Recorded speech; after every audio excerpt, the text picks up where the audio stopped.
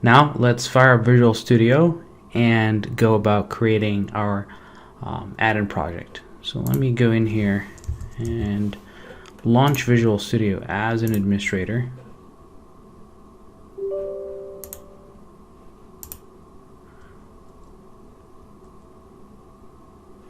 And I'm going to click on create a new project.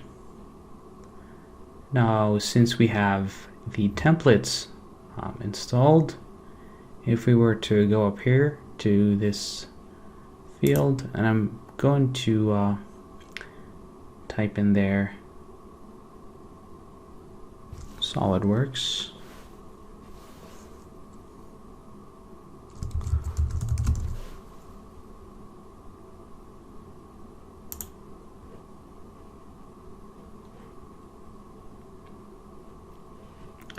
Should be able to see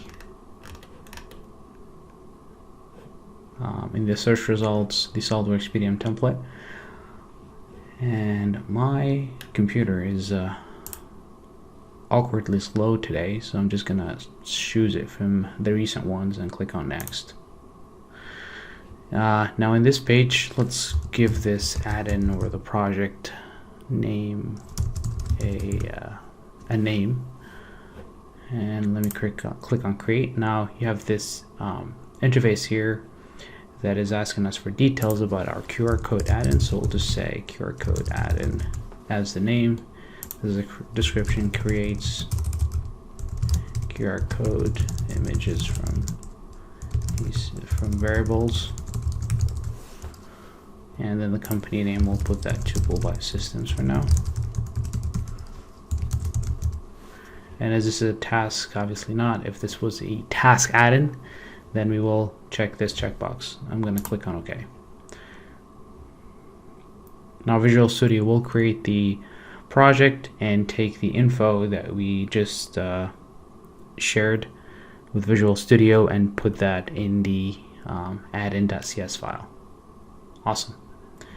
So looking at the add-in.cs file, we can immediately notice that the details that we added are in the attributes area here.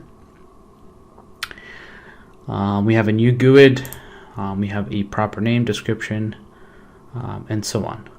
Alright, the first thing to do, as always, is to go and rebuild the project. So let me do that. Let me right click on QRCode here and build, and Visual Studio will try to restore the NuGet packages, and surely it did.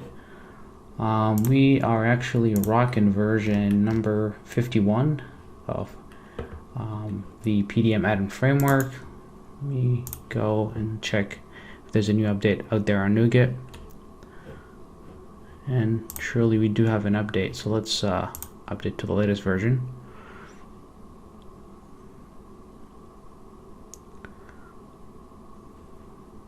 Awesome.